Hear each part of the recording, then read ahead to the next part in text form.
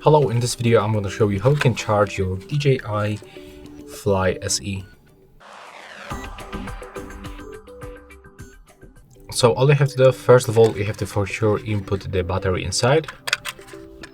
There it is, in my case, as you can see. And in the next step, we just have to plug this cable right here. And when you do this, you have to take a look on the indicators that are at the bottom, and as you can see they are blinking. So there is like 25, 50, 75 and 100 percentage of the battery. And yeah, you can use any random USB-C cable. That's the default cable of my phone, and you can plug it to the laptop, PC, or for example charging brick. That's all for this video. Hope you like it.